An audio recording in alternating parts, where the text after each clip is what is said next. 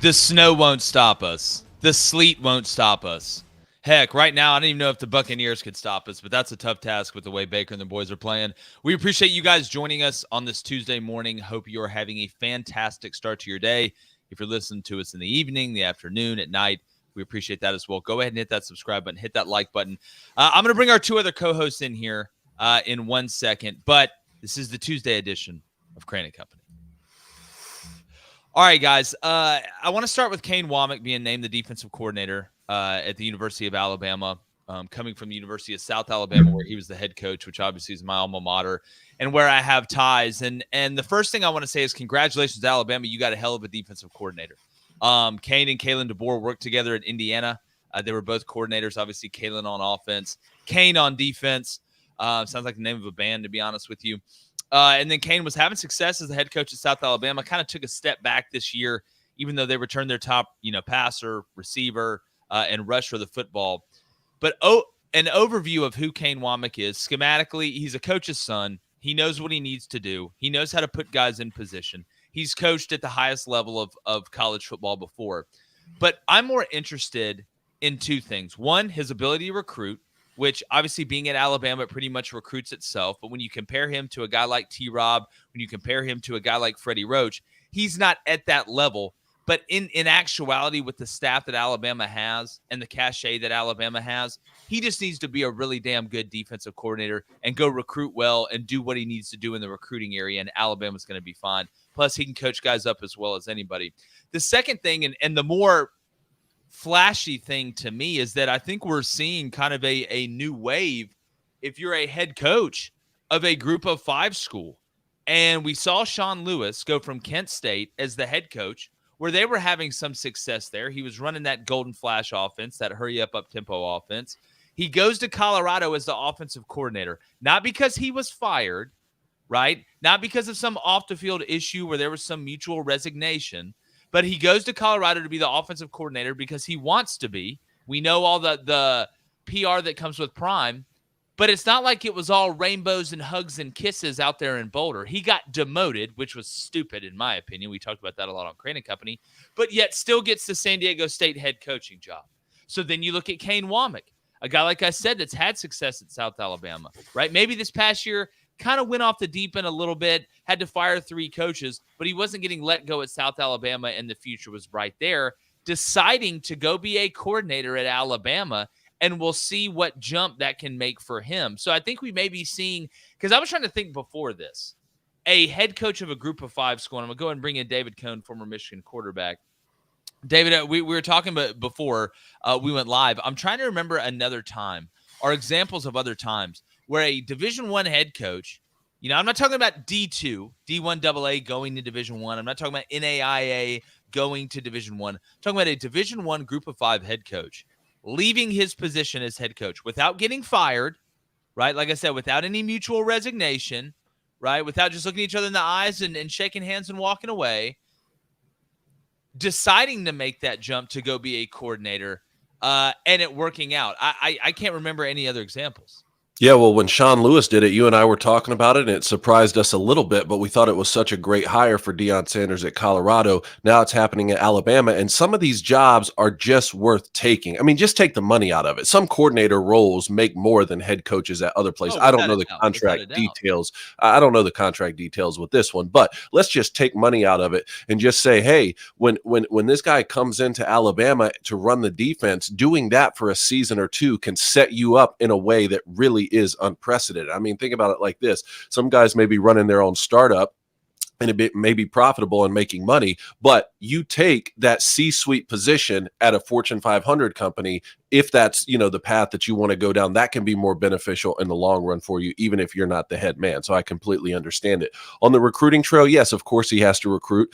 So does Kalen DeBoer. They're going to need to be obsessed with recruiting the way that Nick Saban was, because Kirby Smart is, and Hugh Freeze and these guys are. Lane Kiffin's going to be on the recruiting trail. You're recruiting against all these guys. But mostly, I need the recruiting coordinators to be out there doing their job. For a defensive coordinator, I need you to run a defense that can't be scored on. That's what I need more than anything, and especially when you look at college football, the champions these past 3 years, the defense that Kirby was able to put together in 2021 and 2022, and then what Jesse Mentor did at Michigan this past year, where they said, look, if we don't get scored on, it's hard to beat us, right? Like, that's what I need from my defensive coordinator above anything else.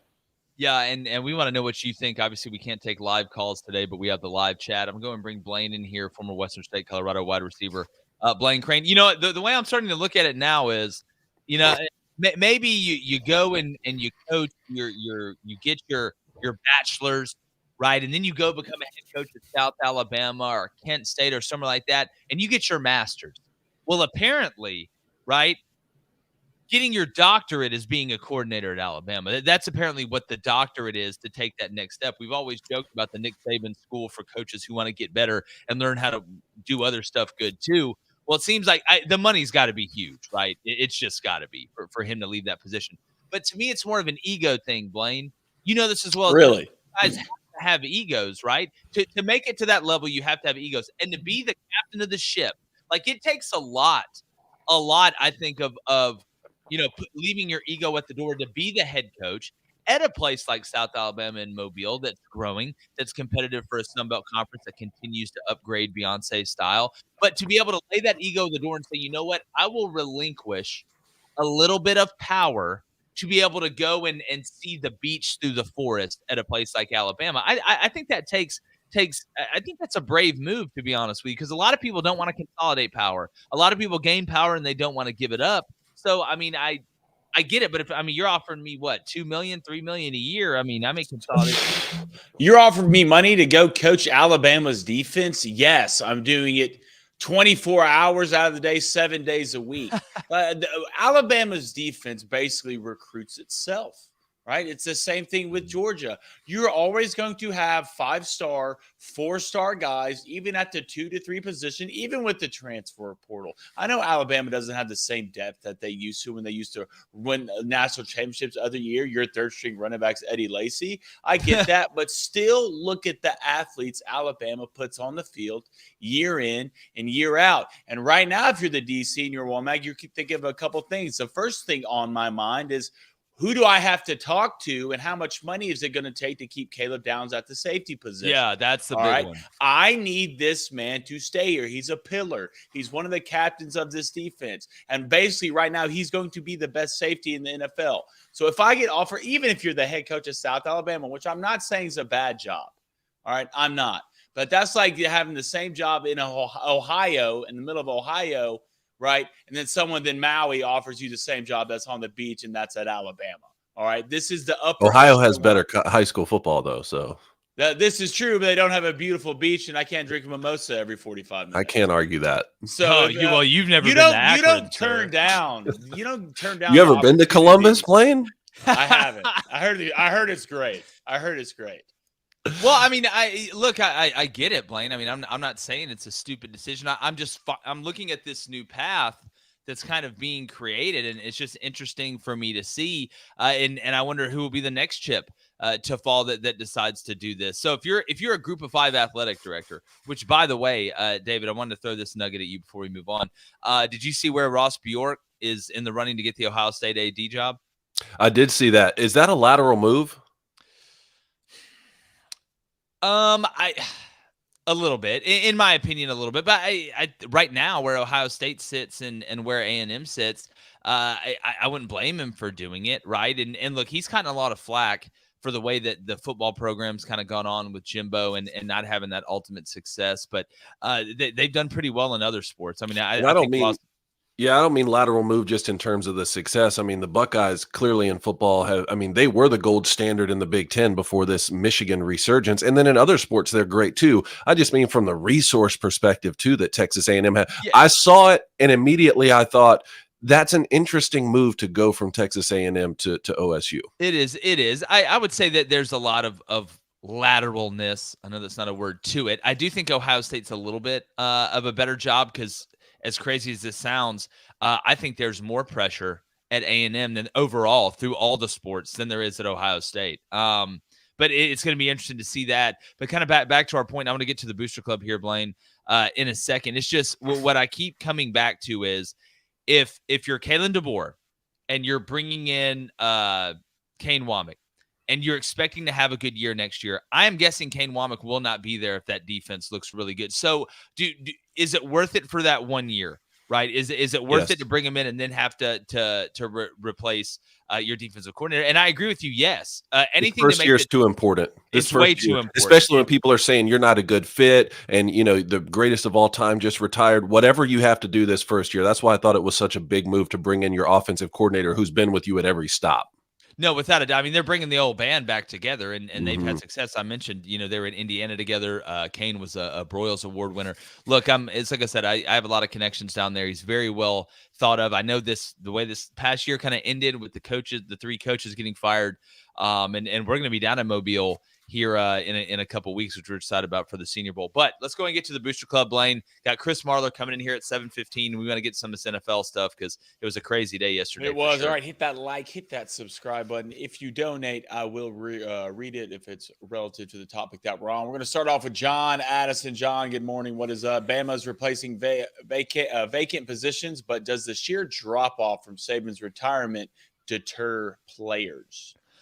No, I think Alabama is still Alabama, but I'll continue to say what I said when Nick Saban decided to retire, is that Alabama, we know, has traditionally been a power, right? It's Alabama was made great, quote unquote, before Nick Saban got there. But Nick Saban didn't just make it great, he made it elite. Like there has to be a little bit of a drop off somewhere. And I think rational Alabama fans understand that. But as far as deterring players to go to Alabama, if Alabama's cooking, and it looks like there isn't this big transitory period where now they kind of come back down to earth, I think it's going to make Alabama as hot as ever. Not that guys can recruit as well as Nick Saban. Not that guys, even though they have the structure and the blueprint and the skeleton, can do it as well as Nick Saban, right? But I don't think it's going to be a deterrent to go play at Alabama. Alabama will still be Alabama. And if they show the ability to come out of the water right after Nick Saban leaves and, hey, we're not going anywhere, we're going to continue to be elite for a long time, I think they can get cooking just as hot.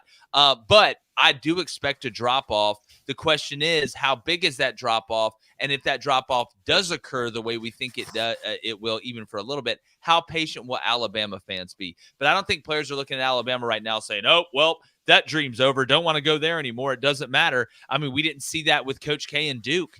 With the guys that they're still bringing in, they're at an unbelievable elite level. We didn't see that with Hubert Davis in North Carolina with the guys that they're still bringing in, right? So at the end of the day, if you can show that you can maintain it and you can show that, hey, this dream isn't dead yet, that place is still as sexy as ever before. I was going to Anthony Long with a $5 donation. Ant, appreciate it, brother. He says, taking Saban away from Bama is like taking Jesus Christ out of the Bible. We're about to see the Saban effect in full force. I'm here for it. Hashtag War Damn Eagle.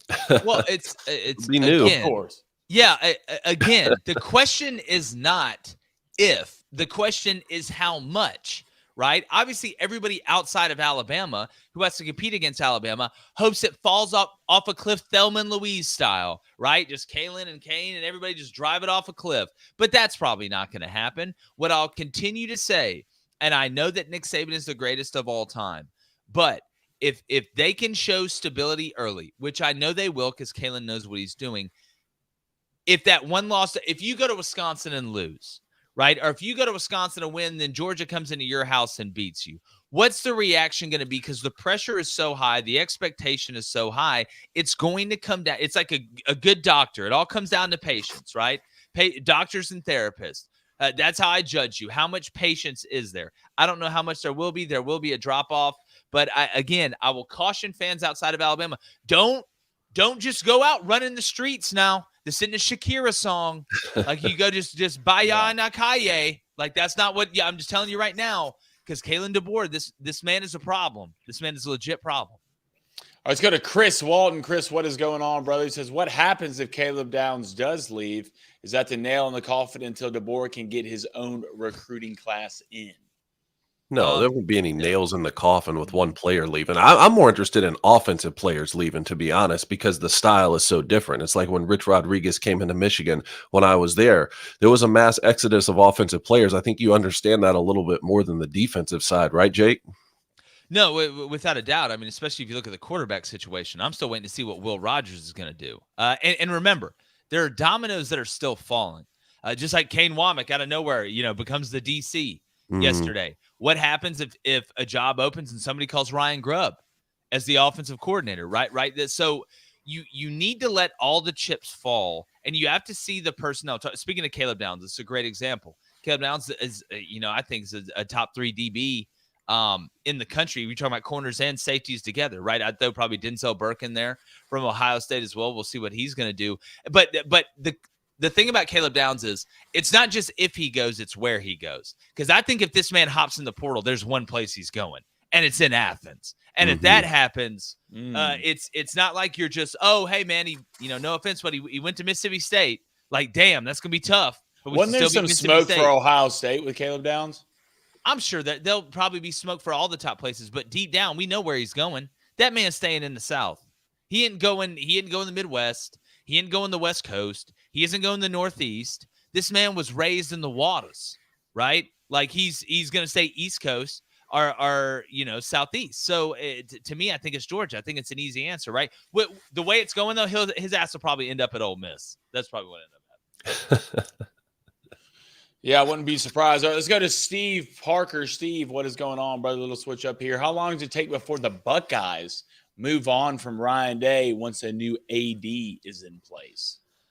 Well, look, and Cone, what do we say? Like, you can't in these places that have these huge rivals. You always hear the adage. I tell you what, we could go 1-11.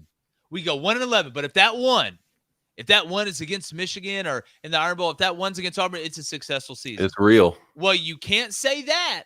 And then on the other hand, be like, well, we went 11-1. Well, yeah, we lost to Michigan, or we lost to Auburn, but that's fine. The 1-off, even the 2-off, you can get away with it, especially when you're having the success that Ryan Day's had at Ohio State, right? But you've lost 3 in a row. 3 in a row. You lose 4 in a row.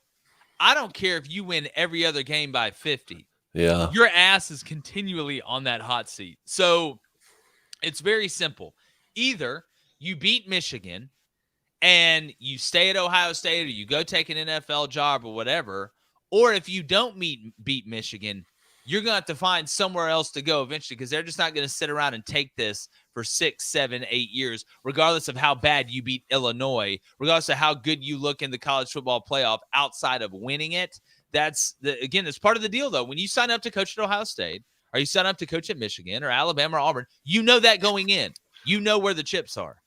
I'm glad someone brought that up, because it is relevant to the conversation when we talk about Nick Saban retiring from Alabama, and then the expectation is what's working so hard against Kalen DeBoer. Because when you look at what Urban Meyer did there, not only won a national championship, but never lost to Michigan. What, he reel off 7 straight wins? Now, he won't go down as the greatest coach in college history. That'll be Nick Saban. But Urban Meyer went toe-to-toe with Nick Saban. Urban Meyer is one of those top 5, top 10 college coaches of all time. Say what you will about him off the field. On the field, the guy won at multiple places. So it's not like Ryan Day took over for someone when the program was in the dumps, right? He was handed the keys to a successful program. And since then, he's had a top 5 winning percentage in the country. Top 5. And he's 3 points away from a national championship when they had Georgia on the ropes in the semifinal. And that was a year they did lose to Michigan. But like you said, Jake, if they lose this year, not only will that be 4 straight, that'll be 2 in a row on the road at home in their place. And that's something that's tough to swallow. Well, we talk about threading the needle, right? To be able to keep your job. There's ways to thread the needle to make you to either get fired or, move on, that mutual resignation that I was talking about. But look, we're all going to mutually resignate at some point. And if you're going to, you need to make sure you have a trust and will set up. All right. You need to make sure you have everything ready to go, that if something were to happen to you, because eventually it does to everyone, your other people are taken care of. From maintaining control of your assets to easing the burden on your loved ones, an estate plan can ensure your family stays prepared and protected. And if you're looking for a way to set up your estate to offer financial benefits and more, you need to check out Trust and Will. Right? We talk about a lot of important stuff on the show in our eyes. We know the sports world is very important. You guys know about our families and stuff like that. But this is one of the most important things that you can do. And if you haven't, and you're a leader of the household, or somebody that other people, are counting on, to be left something, to be left a legacy, you need to get this thing done.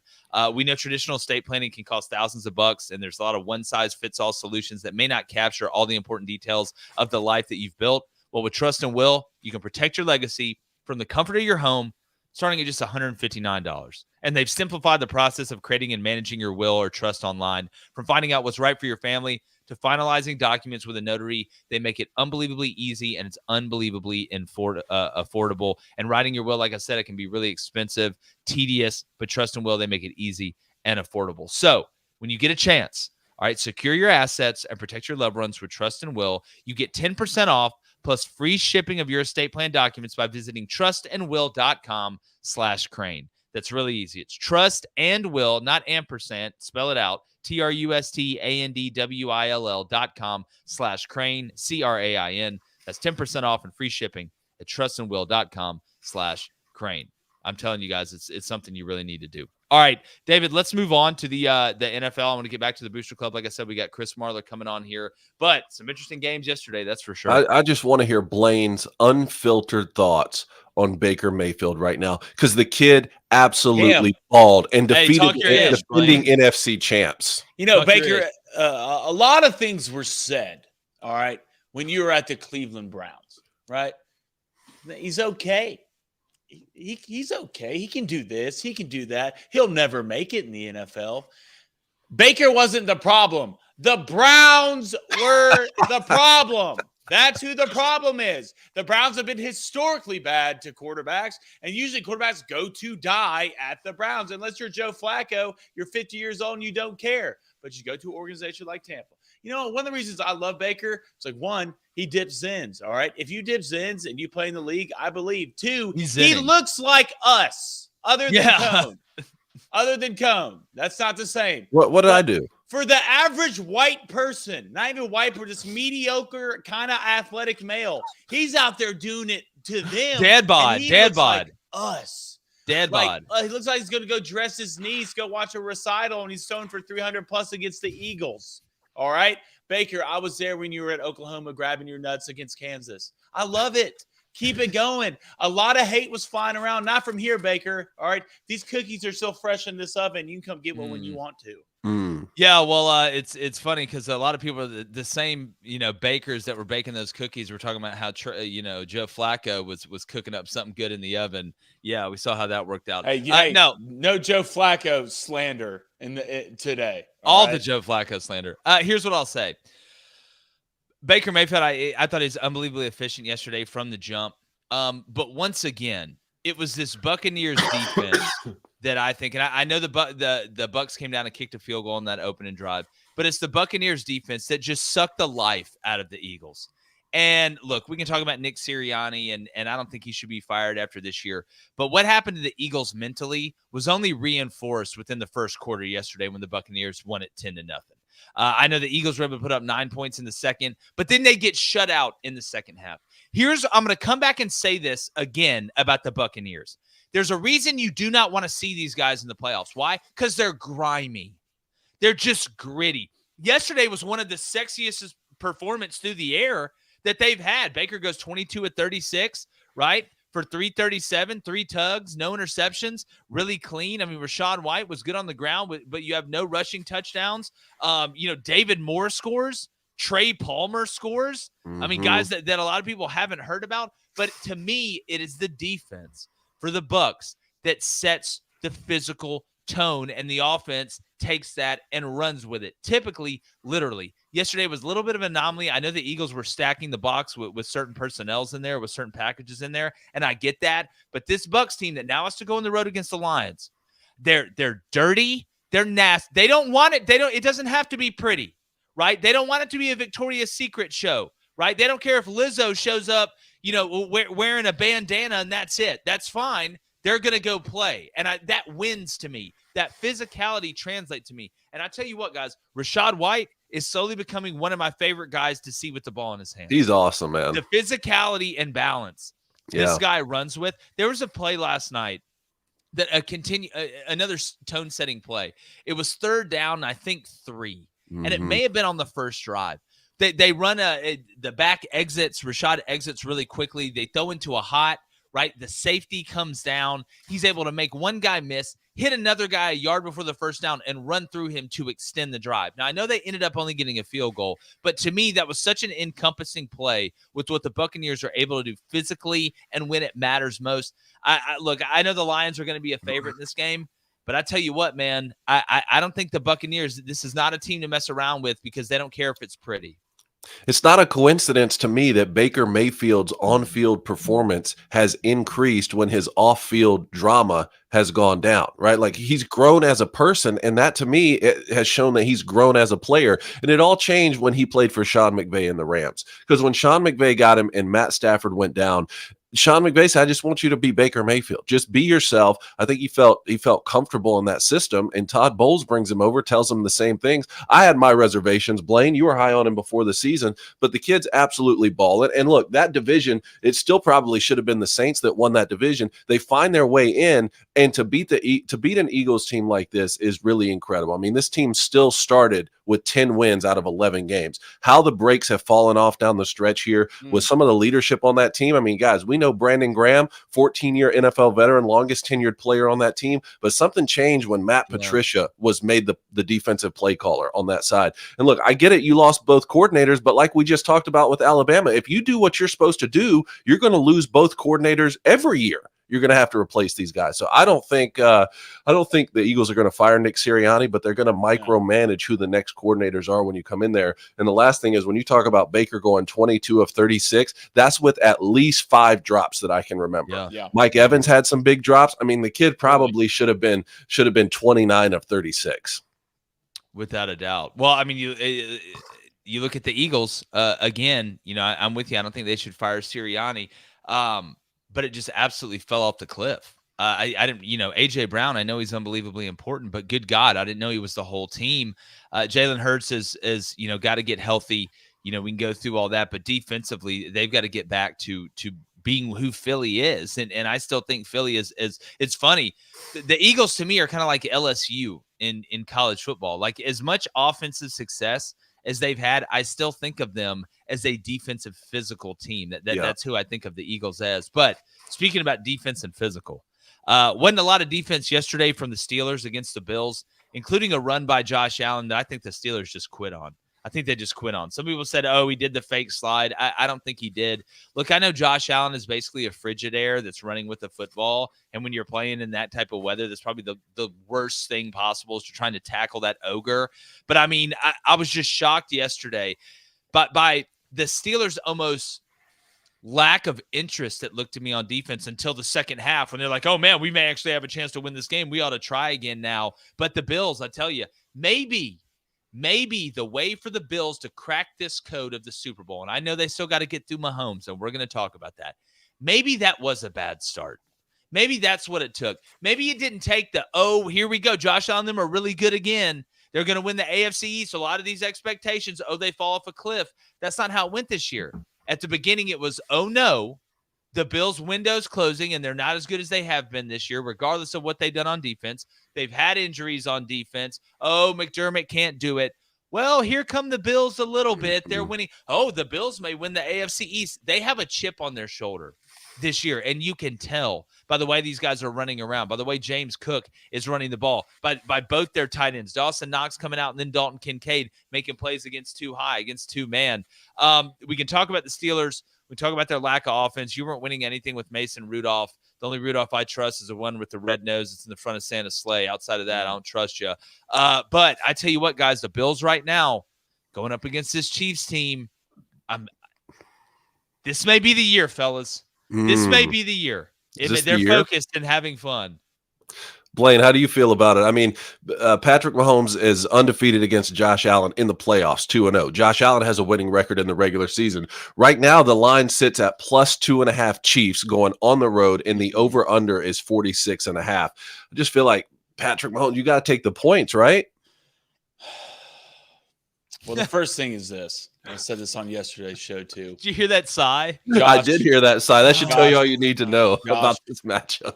Josh, not only am I behind you to win this game, but the whole NFL fan base is behind you to win this game. I can't see Taylor Swift swag surf again. I don't know if I'll be able to take it. All right. And then watch the rest of that football game. I can't. You have to stop this. Why though? Like, why? What? Because, Jake, I'm trying to watch the football game. Viewing experience. I'm trying to watch the football game. All right. I'm not trying to watch Taylor Swift every 30 seconds. Are they cutting to her every 30 seconds? Feels like it. It is a lot. I don't know. In the chat, does it feel like? Let her have fun, man. Let Travis Kelce. Let Travis Kelce have this moment. I'm blaming the NFL. They've had their moment. It's like week 7 of their moment. It's like Tom Cruise. How does he keep doing the impossible? It's like we asked about Nick Saban. If he won the championship, do you think that he would retire? Is this a situation where if the Chiefs could win another Super Bowl back to back, that Travis Kelce would retire and they take this elsewhere? Dude, is it worth that? Does Travis and his brother both retire in the same year? Oh, that'd be wild. Maybe, man. Philly looked a long way off still. Yeah, they did. They can just go podcast with Taylor Swift together. I mean, look, Josh Allen looked as good as it gets last night, right? Hitting every single route, running, throwing, everything that we thought Josh Allen could be. That's what he looked like against the Steelers, who also have a good defense. I'm just wondering, Chiefs coming to town, Patrick Mahomes and Andy Reid, they look completely different in the wild card matchup than they did throughout the stretch of the season there. Yeah, here's what I'll say. There's some, and everybody out here is going to feel me on this. This may be one of the best comparisons I've ever made in my life. This better be good. All right. It's going to be good. All There's some teams out there and some players out there that just scare other players and other teams. Like deep down, they may say no, but right after that game, like I can just imagine Josh Allen like walked in the locker room, was walking to his car, and then just looked and like a red balloon was going up in the air in the parking lot. Like it, right? Like everywhere he goes, like he's seeing, like he's opening the fridge and there's like a red balloon in there. He's just seeing Pennywise everywhere, but it's Patrick Mahomes as Pennywise. Like it's just, like every house he walks by in Buffalo or whatever when he's walking home, like he just sees the clown, this is the one you got to get by. Like at some point, you got to go down into the well and kill this dude. Like you can't sit here and just disappear and show up to Derry 40 years later. No, this is it. The gang's back. Y'all are all together, right? Here's your chance to go down and kill him. If you're ever going to do it, this is the year if you're Josh Allen. For sure. Can you just imagine like Josh celebrating on the field after the win? It's like, all right, guys, we got Kansas City next. And all of a sudden, this is a red balloon. Just goes in the air. And what's interesting is the side of the ball he's going to be playing against is not Patrick Mahomes. It's going to be against this. But it's still him versus Patrick Mahomes. I get it, but it's this Steve Spagnuolo defense, which isn't any better the way that he's gotten this unit playing. I do think it is a good look the week before you go play a Steve Spagnuolo defense to put up 31 points on Mike Tomlin, though. I know they didn't have TJ Watt. I understand that, but still, the way that they played, I think that was a good tone setter the week before you bring in the Kansas City Chiefs. Oh, I agree with that. I agree with that 100%. But speaking about tone setters, if you're trying to set the tone and be the guy you used to be, because let's be honest, look, I just turned 34 years old. All right, I'm with y'all. All right, we're getting older. The testosterone's going down.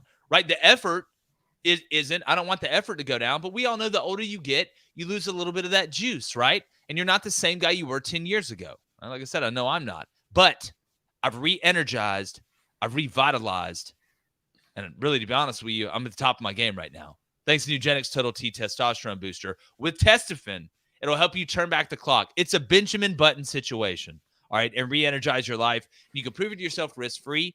You try Nugenix Total T before you buy. There's nothing to lose and everything to gain. Blaine, you know this personally, just like we do. Please tell the people it's revitalizing. It's refreshing.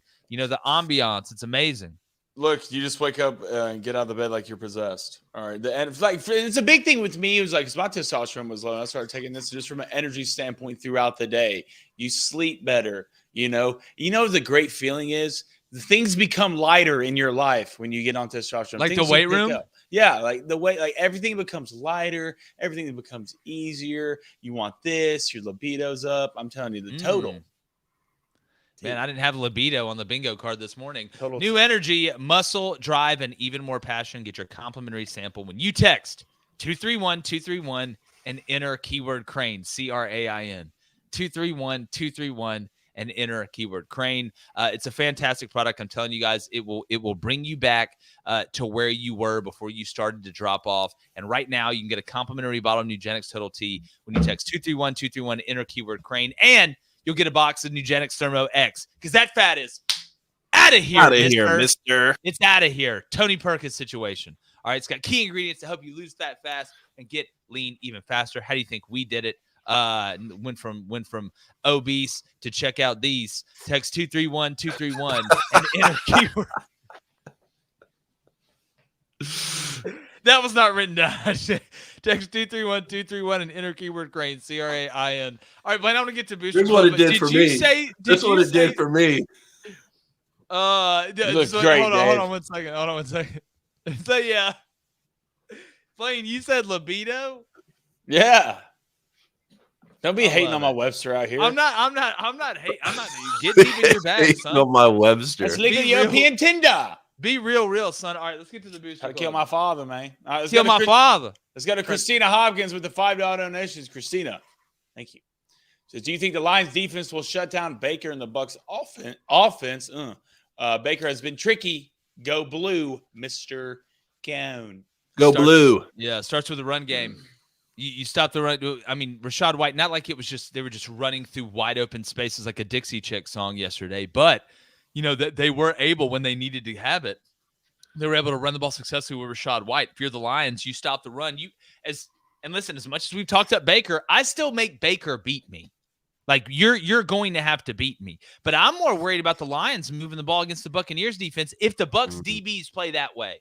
If Carlton Davis and those guys play that way, the way they did yesterday, and I know it's a little bit of a different animal, right? When you're going up against the Sun God and you're going up against Jahmyr Gibbs, right? The ultimate mutant. You got J-Mo with what that offensive line's doing in the run game with David Montgomery. I get it, but I'm much more interested to see how the Lions are able to move the ball against the Buccaneers defense with the way the Bucs defense has been playing. Because to me, the Bucs still a defensive team.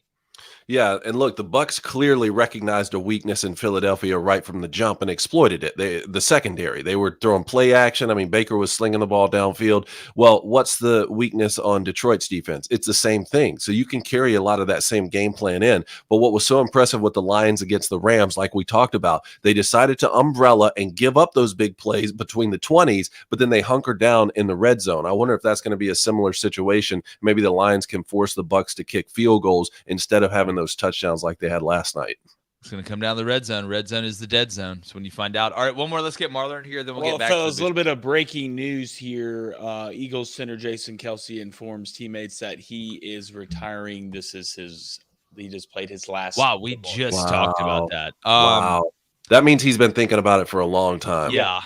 Well, I think that's, again, this would probably happen either way, but I just with the Eagles and kind of culturally what's going on in that locker room, this is a big hit because this is a guy that demanded a lot of respect. Obviously, he's one of the best centers to ever play.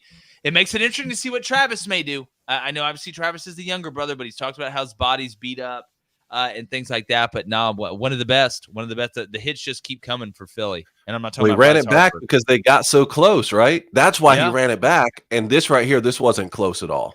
I mean, losing 6 of the last 7 or whatever it was, like, and that's the way that's you not lost, close. Yeah, like it just wasn't competitive. I was going to Brian Ward with a $5 donation. Brian, appreciate it, man. He says, after Wild Card Weekend, what are y'all Super Bowl predictions? He says, I'm leaning Bills versus the Lions. That'd be fun.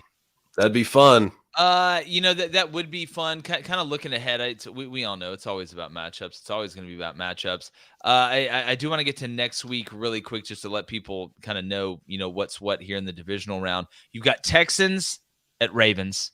You've got Packers at Niners. You've got Bucs at Lions, and you've got Chiefs and Bills. I will continue to say, guys, I think the Bills find a way to make the Super Bowl. I just do. So if that happens, obviously the Ravens aren't going. So give me Bills Niners. You know who else called that preseason was Andrew Clavin. He's been on the Bills all season long.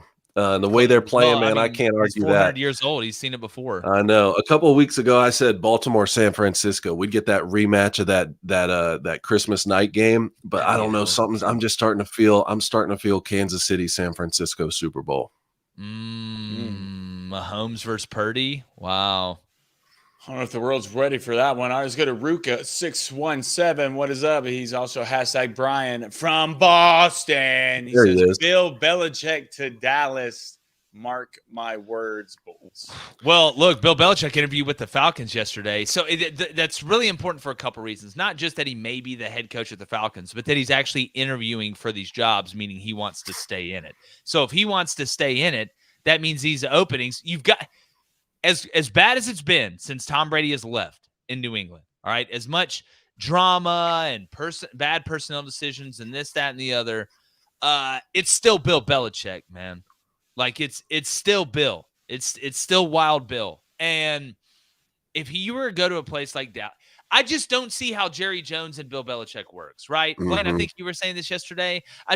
Those two heads are so big they can't fit in the same room. Now, Bill Belichick to Atlanta, ATL, right? You can see hanging out with Ludacris, right? Little John getting crunk, that stuff.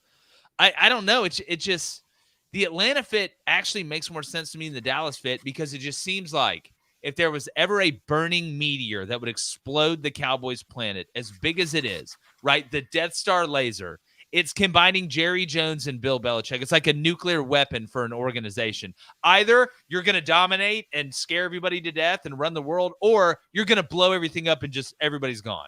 Some team's going to offer him a head coaching position. I'm more interested to see if they offer him the general manager position.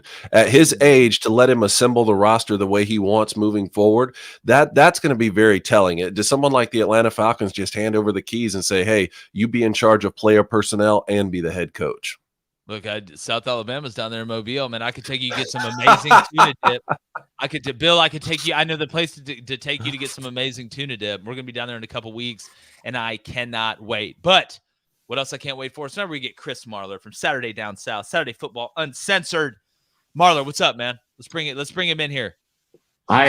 There he is. I was going to be super depressed, and we were just going to be talking about the Saban retirement, but we're talking about the Falcons, which is even more depressing as a lifelong ACL and tough start to the day. Yeah, well, Chris, look, we talked about first off, we haven't had you on since the Nick Saban retirement. Yeah.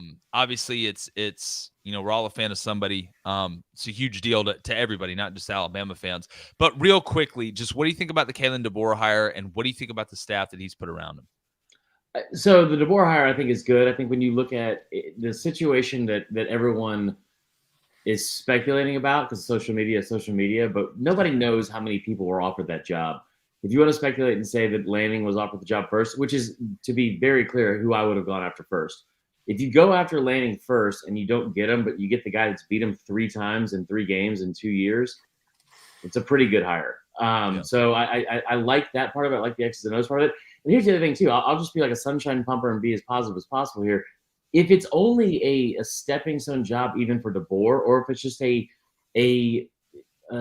what's the word I'm looking for here? It's too early. Like a bridge hire for Alabama to the next guy, because I don't think that most of the time the guy after the guy isn't the one that usually works, right? Yeah. Even if it's just a bridge hire, you're going to get a guy who is great with X's and O's. I don't know if he's like a Dan Mullen type recruiter. That's what everyone seems to want to throw at his way. But if he's a great X's and O's guy, I love what he did at Washington. Like, you look at the record and break it down any way you want to. Like, if you want to take away the NAIA stuff, that's fine. Why don't we look at the 25-3 record he's had in the last 2 years at the Power 5 level and the Natty this year? So love that. The staff hire, don't love that. That has been a tough scene since Saturday, since he took the press conference. I think a lot of people wanted him to hold on to Travaris Robinson. You need as much help as recruiting as possible. So we'll see where he goes from here. But I do like the defensive coordinator hire for sure. Yeah, look, Kane's a guy that knows his stuff. I do want to pivot a little bit to, kind of the other side of the state with Hugh Freeze and taking over the play calling, Chris. Something I've really never understood is how you build yourself up to a certain place, and then all of a sudden, once you get to the highest level as the head coach of that place, you're like, all right, somebody else can do it. Right. You know what I'm saying? Like if I'm Bobby Flay and I'm the head chef at my restaurant and I've been cooking the same meal that got me famous, I'm not just going to go to like the King of England and be like, oh, somebody else will cook it for you. No, I'm going to cook it. I'm going to go down on my own sword, on my own shield. I think guys get too cute. They think, oh, now I got to take a step back and do the CEO role instead of doing what they're best at. Sark is not giving up play calling ever. You can go ahead and forget that. Kiffin, unless it's Levy where he can work with him and really trust him, he's going to be the main guy. So when you look at Hugh Freeze going into year 2, do you think it was the right decision for him to get rid of Phil Montgomery and take over the play calling, and just kind of, you've seen some moves on that staff as well? Well, first off, I love the fact that you brought up the British monarchy, because I feel like Auburn boosters run that program in a lot of the same ways. So I think that when you talk about what he's done in year 1, it seems like he went into year 1 with it with less of an attitude of I better succeed right away, which in the past at Auburn has been very, very important, and with good reasons. Like since Pat Dye has been there, Auburn has had a coach play for or win a title, whether it's a division, conference, or national title, in the first 3 years every single time, besides Brian Harsin. So I think that, and also now Hugh Freeze. But with Hugh Freeze, that was his whole calling card, right? He's an offensive genius. I remember when they made the hire, it was like, what? Like this man turned Bo Wallace into a back-to-back 3,000-yard passer, and you expected something like that from Hugh Freeze going into this season.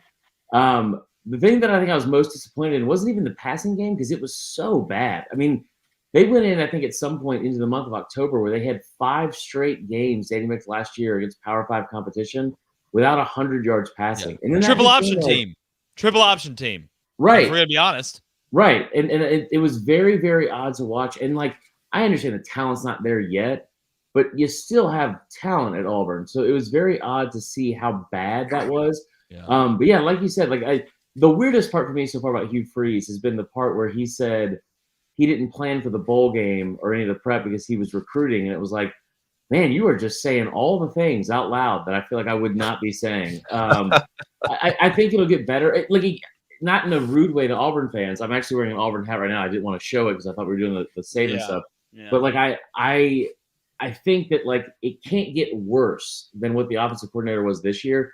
Yeah. And I really, the last thing I'll say is I think that he is hitching his wagon to the fact that they're going to bring in high school talent and try to build this thing in the long run. And he is going to hitch his wagon to that, right? All these 5-star receivers they're bringing in, Walker White, all these this talented incoming class. He's going to try to give himself 2 to 3 years, and then now he's, I think, going to start trying to mold it into what he wants. Agreed. I'm glad you brought up the possibility of Kalen DeBoer being a stopgap hire at Alabama. It feels to me, if that's the case, it's not going to be because he doesn't have success at Alabama. It's going to be either because he wants to try his hand in the NFL, or that the Alabama expectations post Nick Saban are just so crushing that a 2-loss season ends up running him out after a couple years. But I want to talk about the quarterback position, Chris. I mean, Jalen Milroe, 65.8% completion percentage last year, 2,800 yards. He had a 23-6 touchdown to interception ratio. We talked all season long about how he got better and better as the season went on. We know how he struggled a little bit against Michigan in the Rose Bowl, but that ended up being the best defense in the country. It's kind of oil and water, his style, with what Kalen DeBoer has run when he's had the most success. Obviously, Will Rogers from Mississippi State committed to Washington to be the heir apparent to Michael Penix Jr. out there. What do you think should happen at the quarterback position at Alabama under Kalen DeBoer? Well, first off, David, your hair looks great, and congrats on the national championship, because I haven't been able to tell you that yet. So thank you. No, so here's the thing. I will defend Jalen Milroe to the death. And I have decided this is the stance and the hill I'm going to die on. And I don't care how it sounds. I got graphic after graphic after graphic we've been posting over there at SDS and on my own Twitter feed. God, I love when you get graphic. What's that? I love when you get graphic. I appreciate that. Speaking of low T, so I think the entire thing with Jalen Milroe, I am going to defend this kid. It'll be the hill I die on this offseason and going into next year, because he got so much slander after that Michigan game. And I kept looking at this. I remember looking at another graphic that we had made about Michigan. Michigan was top 5 in the country in 20 plus defensive categories, including number 1 in almost all of the most important ones. Everyone struggled against that defense. Everyone did. I think that Jalen Milroe going into this, I don't think it's the oil and water situation that and the sky is falling situation that I've heard a lot of people say it is. Will Rogers has come from an air raid attack and a passing attack. A lot of that is in my opinion, you brought up earlier the triple option. It's death by 1,000 paper cuts and a lot of intermediate routes. Jalen Milroe can throw the ball downfield.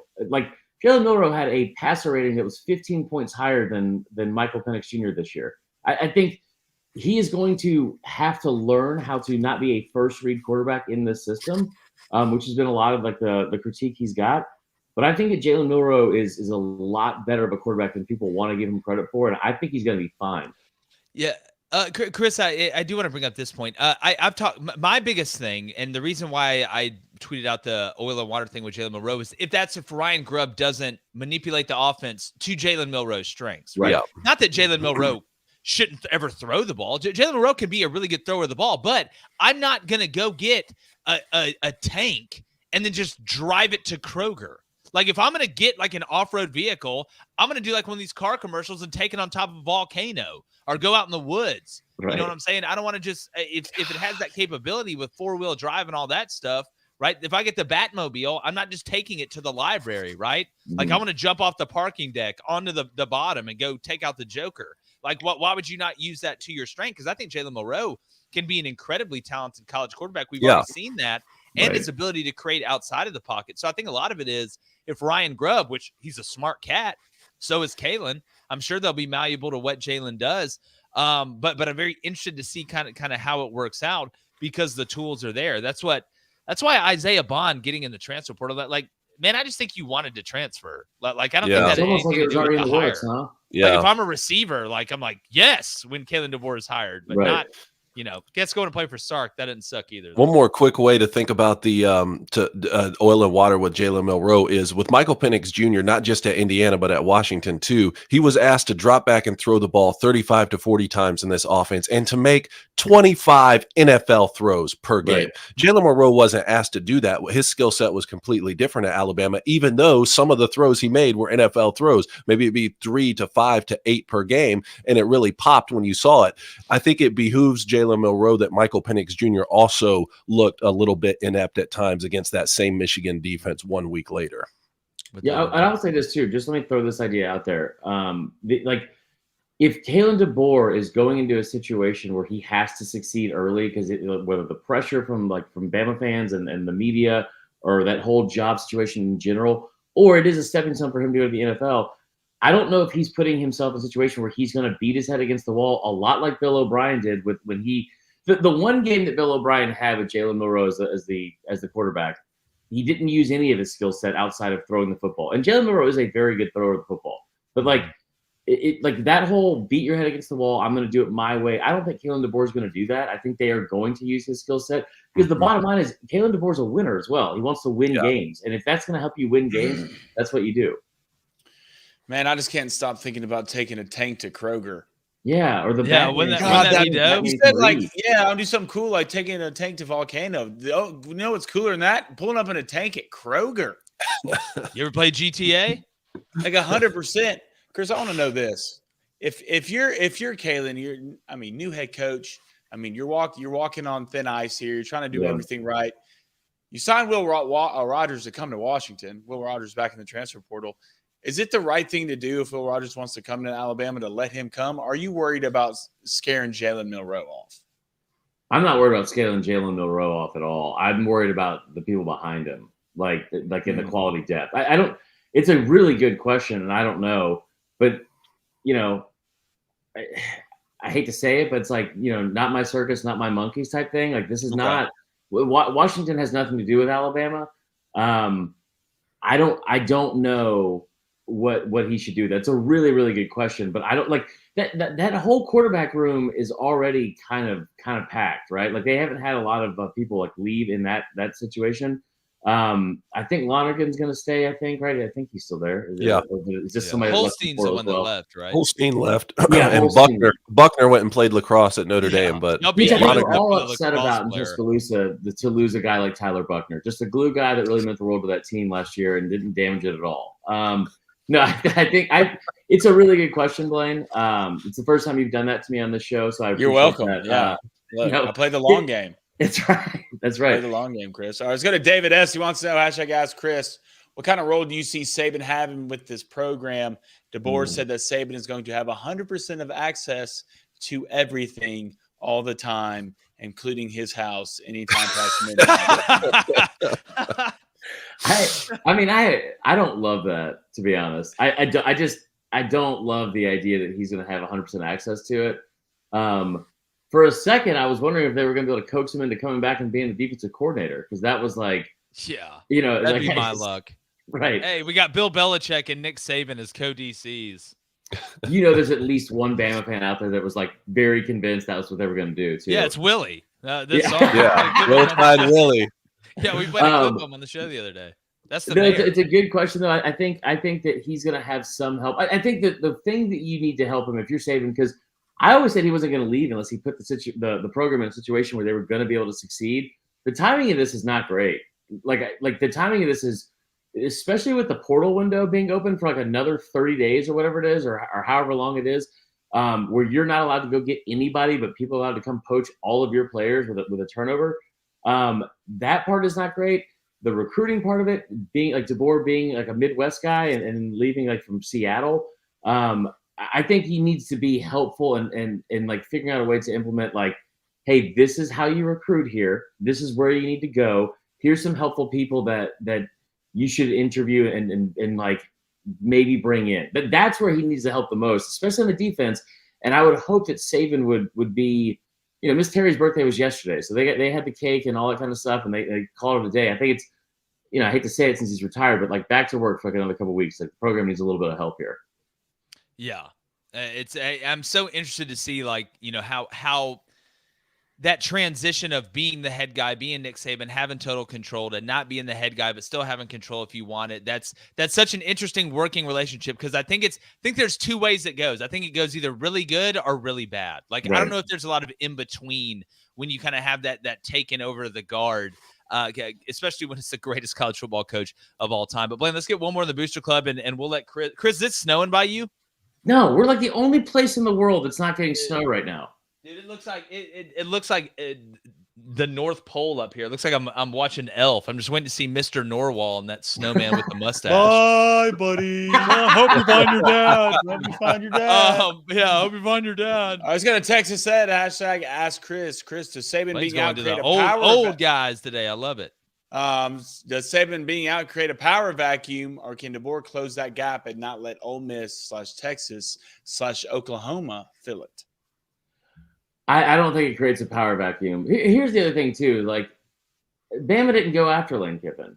Like, Lane Kiffin's a good coach. I know. Yeah. Lane Kiffin did not get offered the job from Alabama. Like, Kalen DeBoer got offered the job from Alabama. I think going into this season, you look at the schedule, and you could say that I mean, you could make a case for 8-4 finally for the first time. Actually, not like the way my buddy Mike Bratton has been doing for the last 6 years.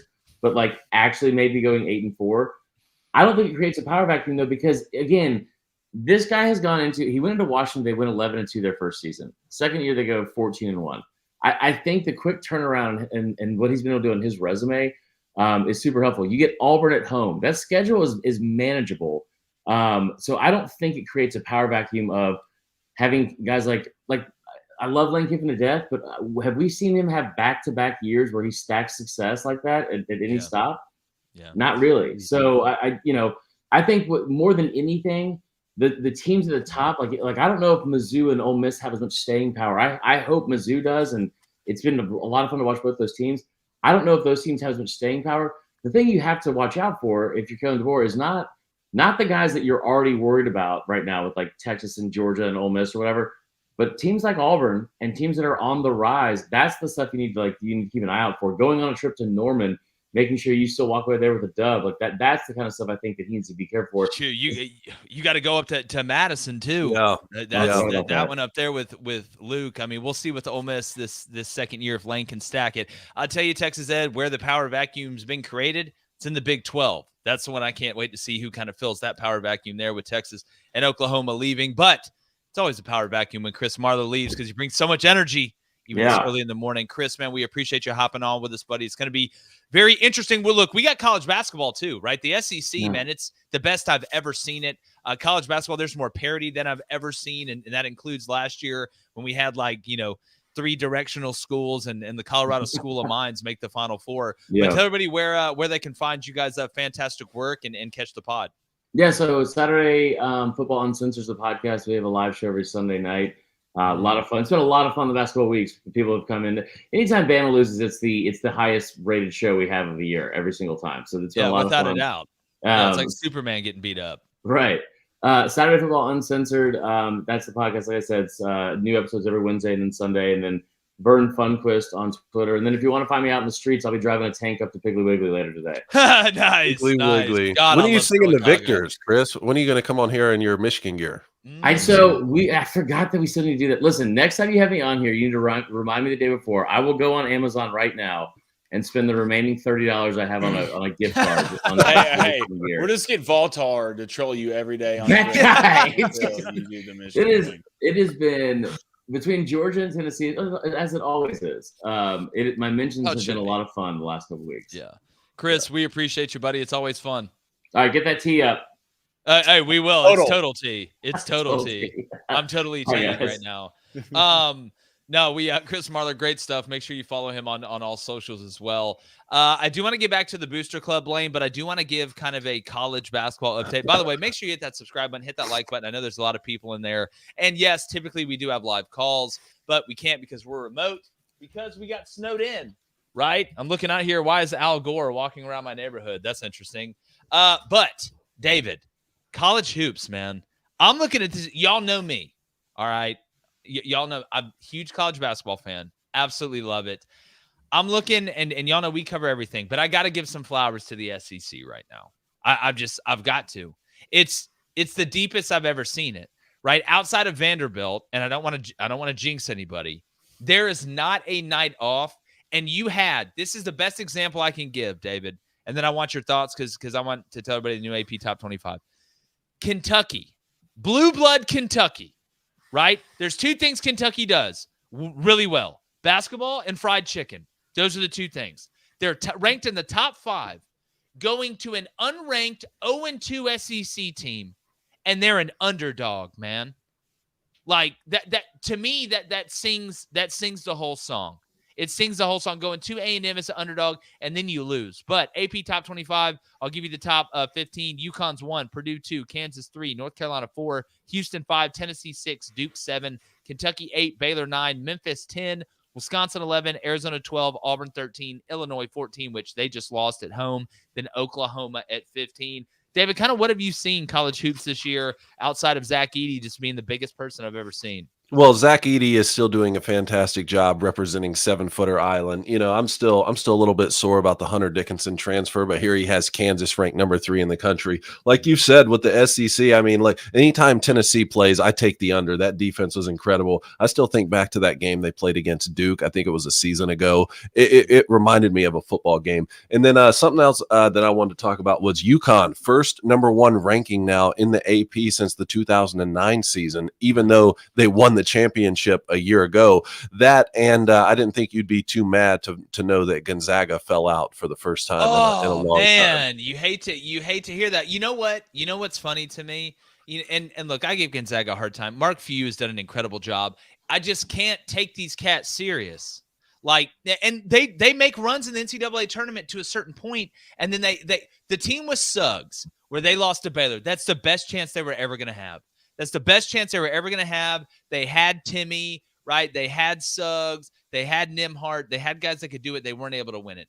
But I didn't realize, like, number one, you got volleyball lines on the court. Every team you go play. The other team's parents always works in the concession stands. Like, I've never seen the starting power forward for somebody in Division I conference's mom selling sour straws at the concession stand. And then to save money, y'all's men and women go play the same schedule. It's like, hey, it's like going to high school. It's like, hey, guys, the 8th grade's going to play, right? Then the JV's going to play. Then the girls are going to play. And then the high school boys are going to play. That's what it's like for Gonzaga and Pepperdine and these other schools. But that's a story for another day. No, UConn, who knows who's going to win it this year? The parity, it's absolutely incredible. I cannot wait for this NCAA tournament. And in this man cave, I'm going to have this TV put up, David, and I'm going to have a watch party over here. All right, to break in the man cave's looking elite, by the way. Hey, look, hold on. You want to see something cool? The man cave's looking great. Cool? Watch this. Hold on. How about that? What do you think about that, Blaine? You see that light? You see him turn that light on, Blaine? Dang, You dude, turn that's the sign on. crazy, Hold on. man. Hold You're on, look at turning it on change and off colors. lights. Hold on. It'll change color. Look at that. How about that? It's a light It's the same bluish, color. bluish hue. It's No, like it's not Michael the same Scott color. screen. Yeah, it's a tapestry, idiot. Are we doing the Ass. 15-hour stream on day one of the tournament or no? Why not? Why would we not? 15 what- hours, right? You're Why not, not? Blaine. You're the youngest, man. I thought you would be, spry and ready to Blaine, go. you said Look, no. I'm spry and ready to go, but that's a day for a lot of money to be out there. All Well, right? maybe you A should lot get of your money, total a lot tee of up, hustle, son. a How lot about of that? positive vibes check in the room. I can't have bad vibes. All right, on one of the days I need to make the most money out of the year. Who said anything about bad vibes? It's gonna be good. You just vibes. brought it up. Listen to you. No, listen to you. So let's go to the Booster Club. I want to listen to them. Let's go to Al Moses. Congratulations. Because Alabama is set up like a Fortune 500 company. We have to look at DeBoer as another CEO taking over the system and adding their fingerprints on what is already successful. Yeah, look, I mean, again, it is a Fortune 500 company. You see how much money they make a year? It's incredible. Okay, sweet response. All right, let's go to Heartbroken I Hog. mean, he's exactly right. Hashtag Cranico. He says, trying "What in to the get world my is wrong hair with my figured out." Razorbacks? They don't even look like an NIT team this year. SMH shaking my hips." You did not expect that. The weird thing, and this is what we said after Auburn beat him by 32 in Bud Walton. I'm used to watching Arkansas be sloppy on offense. I'm used to watching Arkansas not shoot the ball super well from three. What I'm not used to seeing Arkansas do is not play defense and not give extraordinary effort with really long athletic guys. That's what I think Eric Musselman's recipe's been. It's not like they're running some Phil Jackson triangle offense. They're out there scoring 85 points a game. No, you got a bunch of really long guys that can really run and jump and play their guts out on defense, diving after loose balls. They out-effort you and out-length you, and sometimes they run into a good shooting night, but they win games defensively and with effort, and they're not doing that. It's the exact opposite, right? It's like we say in recruiting, man. He's short, but damn it, he's slow.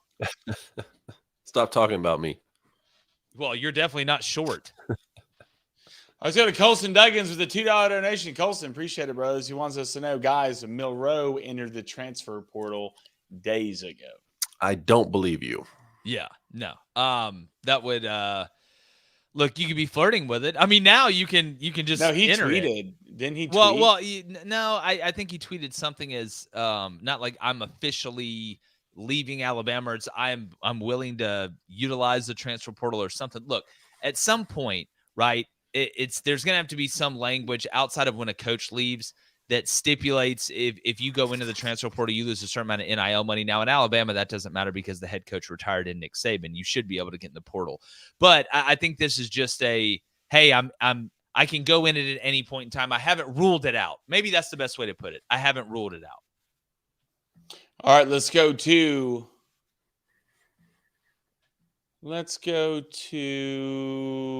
brother Ben. He says, you're losing Belichick, you're losing Pete Carroll, Nick Saban all in 1 year. Who are going to fill these guys' shoes? Well, Patriots already made their hire. Yeah. Ron Mayo. Yeah. It's all cyclical, right? At some point, the guard has to change. At some point, the king has to go away and the prince has to become the king, right? Like it's just that's part of life. We just went through this in college basketball. You had Roy Williams leave. You had Boeheim leave. You had Coach K leave, right? I mean, there's always a changing of the guard at some point. What's interesting is that it's happening in college football and the NFL at the same time. Now, It's just Nick Saban in college, okay? But, Matt Brown, who's not to the level Nick Saban is, but he's a legendary guy, right? When does he hang it up? It's just there's always a changing of the guard, and there'll be new heroes that are made, right? That there'll be new names forged in the fire of eternity and immortality in football. So, look, we'll see. It's anybody's guess right now, but I mean, Andy Reid, I still think's got a long way to go in the NFL. Yeah. I think he can coach for a long time. I mean, there's multiple guys. So Andy Reid's in a great situation. He's in a great situation. The Seahawks is fascinating though because they hadn't fallen off a cliff the way the Patriots did, and it sounds like Pete Carroll's going to take that administrative role that they've sort of forced him into. I mean, I don't see him out interviewing with NFL head coaching jobs the way Bill Belichick is right now. Well, that'd be best case scenario for the Seahawks then. right? I mean, that'd be the best thing you could ask for. Is Even if the guy still wants to be on the field, is that weird?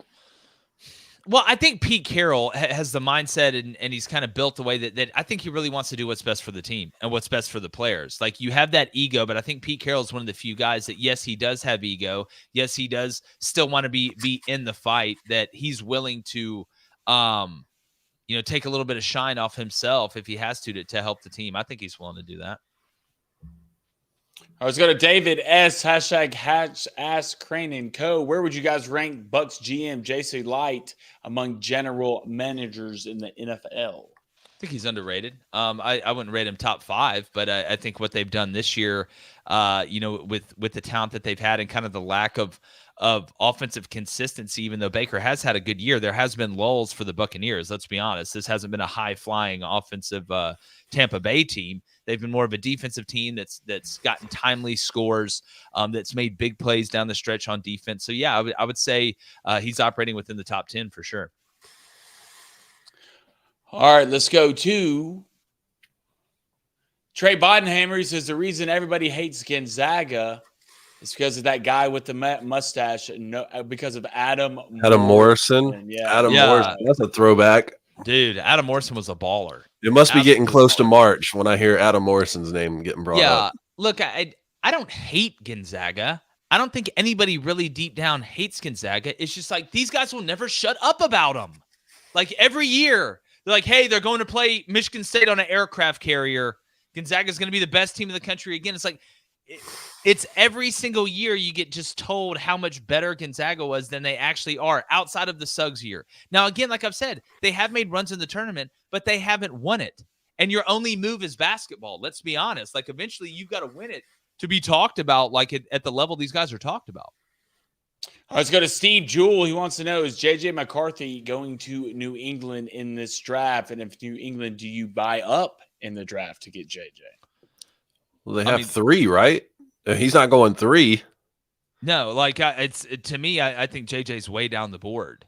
If I'm taking a quarterback out of this class right now, JJ McCarthy is way down the board. He just is.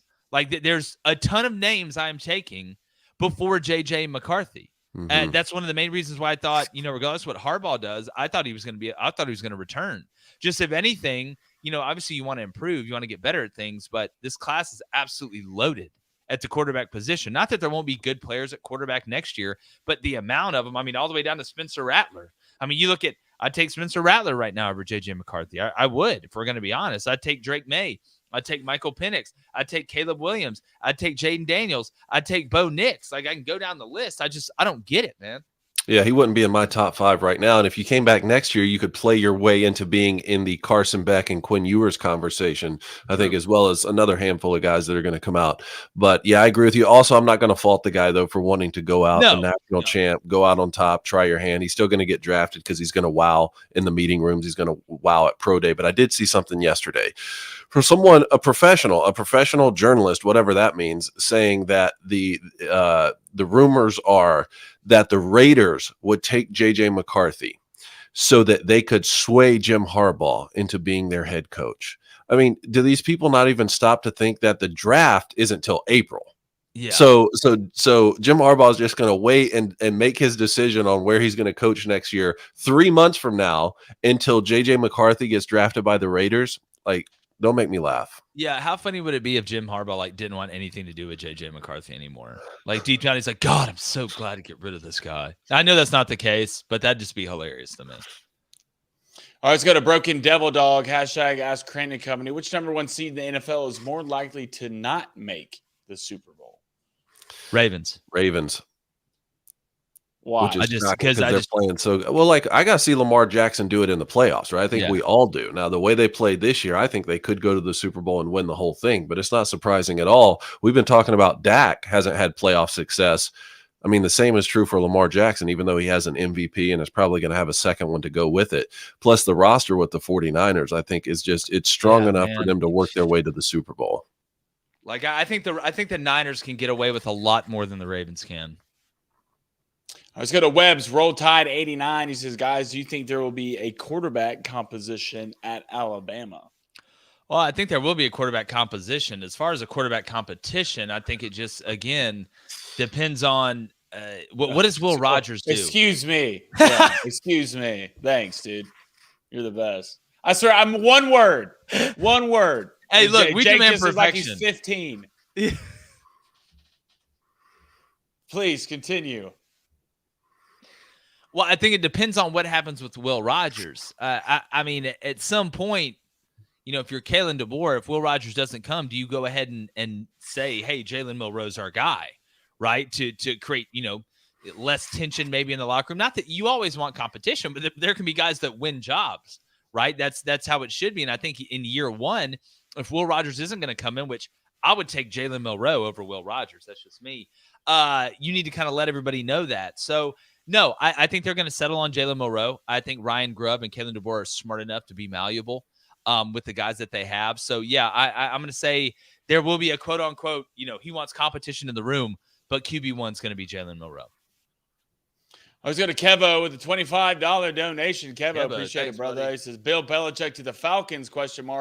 Why would he take that job? Also, should Arizona interrupt his Thailand harem and ring up Cliff, the one and only Kingsbury? Oh, Cliff. Oh, Cliff, out there in Thailand, just drawing up offenses and fishing. I don't know what else you do out there. Here's what I'll say about Belichick and the Falcons. That one just doesn't smell right. You know, I get if you're Belichick to me, and we talked about this the other day a little bit. Deep down, the competitor in you, I'm sure you kind of want to get that Tom Brady won a Super Bowl away from you, monkey off your back, right? Like that still has to factor in if he's going to stay in it. And if he's interviewing for jobs, I think he's going to stay in it. Now, what capacity is that? Cone brought up, will he be a GM? Not 100% sure. But if you are going to go to a place, right, and have a chance to win a Super Bowl in your old age relatively quickly, can Atlanta's roster be flipped around enough and bringing in a quarterback? Can they get you close enough to be able to win it? I don't think so. As bad as that division is, to me, the question again becomes, is Jerry Jones and Bill Belichick's egos just way too big to clash? Or do you have like a Walter Matthau old man situation where, listen, I'm super old, you're super old. Let's kind of mesh our egos together and leave it at the door to try and go win one more on the way out. Like, is that, I don't know. Jerry Jones got enough money. He may live forever, right? He may have the Zuckerberg serum or whatever. I don't know. It just feels like Dallas would be the closest thing to me for Belichick. And at some point, it becomes a supply and demand consideration, right? There's only so many jobs. He can't take a couple years off and wait for one, so he's got to take one of these few. Chargers just interviewed Jim Harbaugh. There's only so many openings. I don't know. We'll see. You just imagine Bill Belichick is like, yeah, last night I hung out with Ludacris and, Chingy, and we had a really good time. It's like, man, Yeah. those wings No, I can't. are really good. Cannot. Can I see Bill Belichick hanging out with Chingy? Of course, Jake. Of course. Of course, yeah. I think they're neighbors. Yeah, this could be nothing chilling. I mean, at the Holiday Inn. Let's go to that showbiz. What's up, brother? He says Bill can win the NFC South with 9 wins. But yeah, I kind of agree. Nobody really wants to take the Falcons' job. I'll do it. I don't think Bill's down just with winning the division anymore. Like, I don't think that's like why. Like, if I've dated Miss America, like I need Miss Universe next. Like, I'm not trying to go back to Miss Autauga County. Like, it just don't work like that.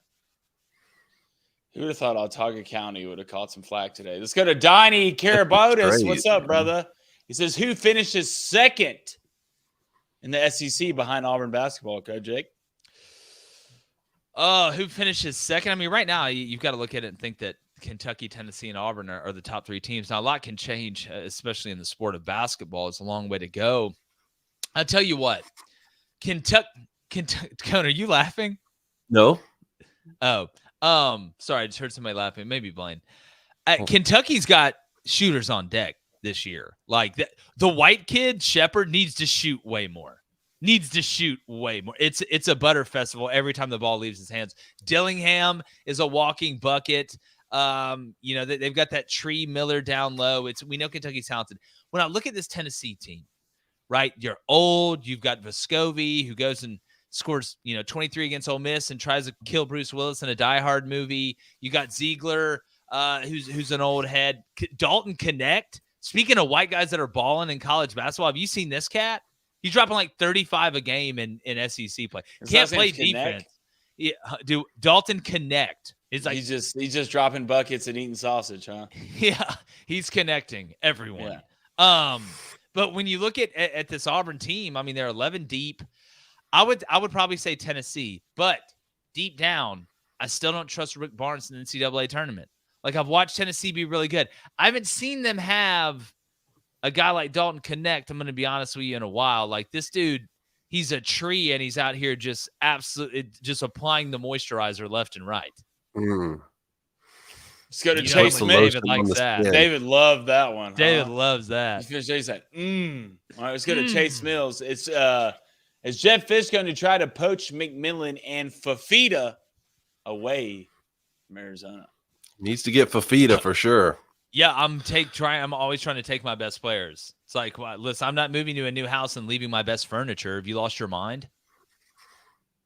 That's a good way to put it. Yeah. Thank you. God, y'all, the elongated answers today, man. They're just not there. I'm not used to it. What do you want? I mean, I cannot explain it any It's like, better. hey, can I get your thoughts on Jalen Mills? Jake's like, look, he's good. That's not, exactly. He's a good player. Am I wrong? Am I wrong? Here, let me go into some dissertation or some thesis about. Well, that's what I'm used to you doing. So I'm just. Well, I'm I just told up. you, like, yes, if I'm Jedd Fisch and I'm going from Arizona to Washington, I want to bring my best furniture with me. Right? I'm going to bring my best players with me. I want it to go good early. Like, yes, I'm trying to take everybody that I think could be a good fit up here, that knows what I do, the way that I do it, that helps with leadership, that helps with that transitory period. It helps smooth it over. Yes, yes, yes, yes. It's like Sherman Klump said, yes, I can. Yes, I can. Say it with me. Yes, I can. Let's go to Justin Alferreira with a $2 donation. Justin, appreciate it, brother. Do you think Lincoln Riley will get a head coaching job? I'm guessing he's talking about the NFL. Yes. Yeah.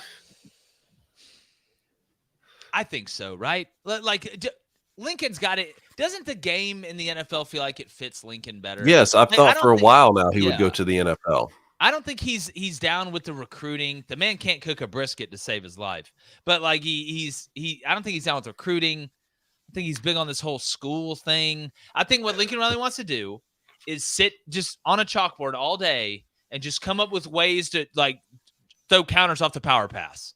Like that's what I think he wants to get on his little tablet, right? Come up with all his little knickknacks and gadget plays and not have to worry about any of the other stuff, not have to worry about parents, not have to worry about NIL, not have to worry about the transfer portal. Lincoln Riley just wants to show up, put an offensive game plan together, and just be all ball and stay in the facility. That's what I think with Lincoln Riley. I think his style of coaching translates more to the NFL than just about anybody. Not that, look, every coach wants to do just ball pretty much, if we're going to be honest. Not a lot of coaches, regardless of what they say, they don't fall in love with recruiting. Oh, yeah. I definitely love having to try and convince this 17-year-old for a year and a half to come play football for me. That's a lot of fun. I love doing that times 1,000. Blaine, what do you think? You think Lincoln Riley would be better served in the NFL? I could see Lincoln at the Chargers. I could too. I really could. I think that'd be a good fit. I mean, the guy's an offensive guru, right? He knows how to do anything. He knows how to develop quarterbacks. I mean, you think of Lincoln Riley and Justin Herbert together, that's a dangerous mix. Yeah, I agree. He's already in L.A. Yeah, he's already in L.A., but I think USC is basically giving him the moon. So yeah, they gave him everything. Why would you ever want to leave there? That's the maybe he could coach USC on Saturday and then the Chargers on Sunday. Dude, I'm sure the Chargers wouldn't even be that. I mean, they don't want to pay any coaches anyway. Spanos and them, that he was like, listen, if you'll you do cut it for the salary in half, you just coach Sundays. Yeah, that's perfect. Same game plan. It's like, yeah, man, we got Michigan State next week. We're taking the same game plan to go play the Falcons, so that's gonna be fun. Let's go to Brian. He says, LOL, I live in Autauga County. That's not nice. You better watch yourself. No way. Wow. No Autauga way. County catching strays. Look, I'm not saying Miss Autauga County is not super hot. I'm not apologize to her. She could apologize to Miss Autauga County. Word for word, he said Autauga County is not super hot, especially that Bryant guy who lives there. Yeah, that's what he said, dude. exactly what I said, Brian. That's Who exactly thought you'd what I be said. catching strays this morning? Who thought Otago County would be catching strays? Let's go to Tim J, PGA 6515. He says, Belichick to the Raiders.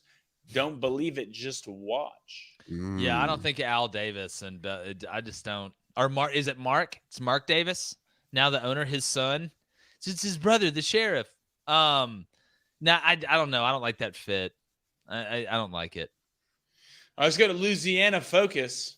You better get it locked in today, son. People are delusional, thinking that Bama will just be just as hot as they were without Saban. Yeah. Players went there for Saban, not to play for Bama. There will be a huge decline in every aspect. Well, this is why we talk about, if there was ever the most important year one or first 4 to 5 games ever, it's this year for Alabama, right? Because again, you're changing generals. First battle since the new general. Everybody's happy about him, right? But we got to see if he can win. And it's an unfair and unrealistic expectation to ask this man to replicate what Nick Saban's done, especially with the way the game is now, with the stuff that I had mentioned before with NIL and the transfer portal. But it's just winning. You keep winning, right? You can kind of keep that narrative going. The question I will continue to ask is, the first time, and it will go bad at some point for a game or two, how much does the Alabama fan base freak out? That, to me, is going to tell the story for Kalen DeBoer and Alabama. But there's very few rational fans. Like, Alabama's like the Yankees. Either you love them or you hate them. I don't think there's a lot of in between. So a lot of people think either, hey, nothing's going to change. Oh, Nick Saban helped pick him, and he's just going to be hanging around, and he can help out and all this stuff. Nothing's going to change. Then if you're not a fan of Alabama, it's like the meteors coming to hit the earth, right? Like, I remember some of the Alabama fans we know wanted Nick Saban to be fired after they lost to Texas. So I'm not holding out a whole lot of hope for Kalen DeBoer if he loses the game. If you go 8-4, they will burn that place to the ground. No, they will tar and feather you in Tuscaloosa and make you run through the city. There will be a lot of Georgia red showing up. No, like you want to know how we can get technology to advance 3 times as fast? Let Kalen DeBoer lose at Wisconsin, and Alabama scientists will somehow find a way to have cloned Nick Saban perfectly within 3 to 6 weeks. Like, if we really want to speed up science and technology and develop cures, just let Wisconsin beat Bama at home. Watch what happens. Just I think you could do that, or just let Caleb Downs go out there and tackle it a couple times. Just Caleb, go tackle science. Hey, I need you to cover. I need you to cover science. Yeah. Hey, zone turn science. Zone turn science. All right, you want to get to these bets? Yeah. Let's. You want to get to bets and then donos, or what are we rocking and rolling with? Let's go ahead and roll with bets. All right. Today, no football. Everybody calm down. It's going to be okay. I'm going to dive into the college basketball realm, guys. It's been pretty good for me. Got some really good SEC games tonight.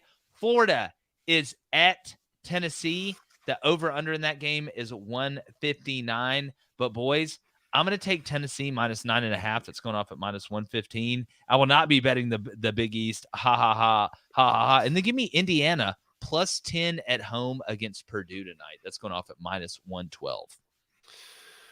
How about I'll go NHL? Give me the Toronto Maple Leafs on the road against the Oilers. That's plus 130 on the money line. And then for my second one, how about the Avalanche against the Senators minus 130 money line? Love to see it. Blonde. Okay, I love it. This one I'm going to take today. Shout out Dawson Knox.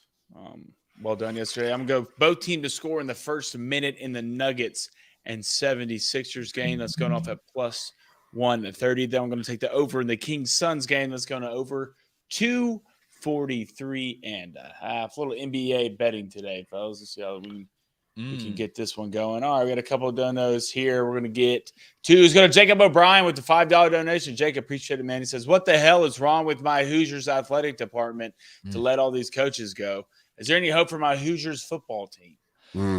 Man, I tell you what, it was so upsetting to me. Like, I like Tom Allen, like the former head coach at Indiana, who's now the DC at Penn State, who you've heard could possibly be going to Auburn. I've actually heard that name thrown in there.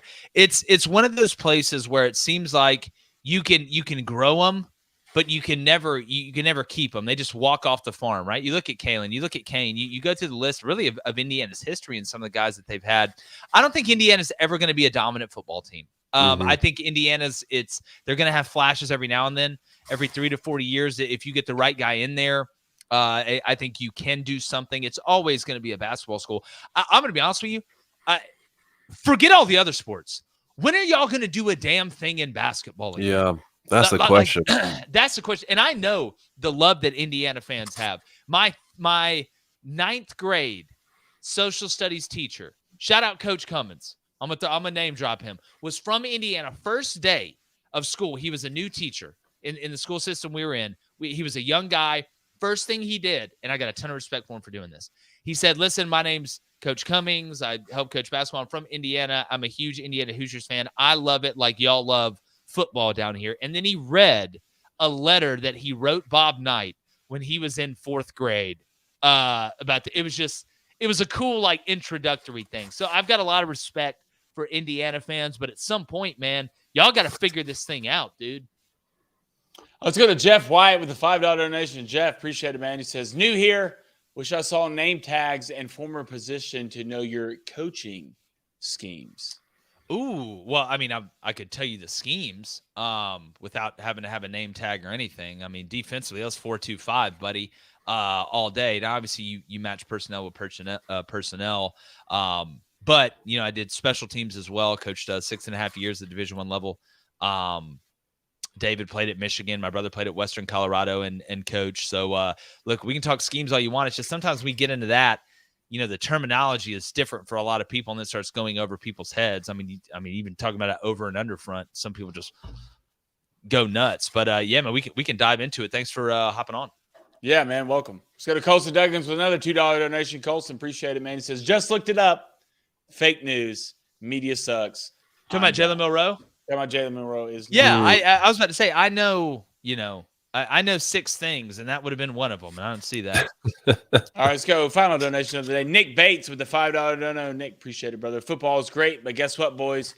Opening day MLB is in 72 days. Utah deserves an expansion team, please. Yeah, and by Utah, he means Nashville. I agree 100%. Yes. You're still going to be a Braves fan. I know I'm still going to be a Braves fan, but I don't want to have to drive to Atlanta to go to the game, David. That's my. So then what do you think happens in 8 years, in 10 years after Nashville gets an expansion team? All of a sudden, you've turned your back on the Braves. Well, first off, a lot of people can talk about turning their back on the Braves, David Cohn. You are definitely not one of them. Rangers fan. Yeah. Rangers fan. David becomes a Rangers fan because they don't have Pride Night, and I'm proud of that. Yeah. Ironically, I'm proud of that. I cannot wait for spring training. I want to see some of these new Japanese guys too that are in the league. By the way, the Cubs. Did you see the Cubs intro press conference for the guy they got from Japan? Like I guess he doesn't speak English very well, and the only thing he said, I think, at the beginning was like, "What's up, Chicago?" Like, and everybody's like, "That's all you need to say." Yeah, that's it. That's like, if you can't speak English, this is you're doing a press conference. I'm just gonna, if you're a pitcher, I'm just gonna throw you a ball, right? And I'm just like, throw this as hard as you can. Yeah, let us. Yeah. See and it. That's your press conference. Yeah, opposite field home runs is a universal language. Yeah. Speak with your arms. They used to do that back in the day. No, look, Alex Anthopoulos got signed, got an extension for the Braves. I trust him. Good. I trust him. Every move that Alex Anthopoulos makes, if everybody's like, "Oh, I didn't like that move," or "I love that move," I just trust this man. I just trust him. Did he fix immigration? Do what? Did he fix immigration? That's the real question.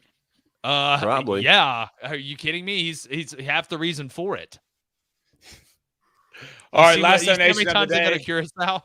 Yeah, last donation of the day. Then we'll get to the poll. Major Moose Knuckles with the $2 dono. He's in here.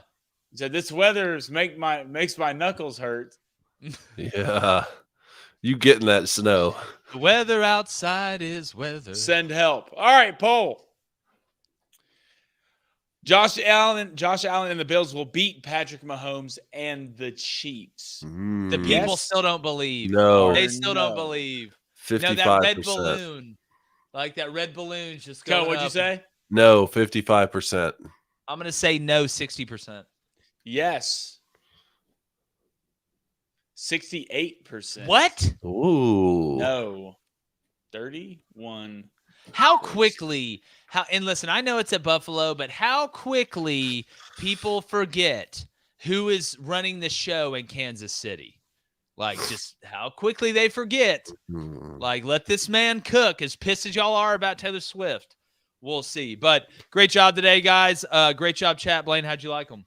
Yeah, they did good today. I mean, we've had better practices, to be honest, but we'll see. We'll see tomorrow. Man, somebody may have to stay after, watch a little extra tape.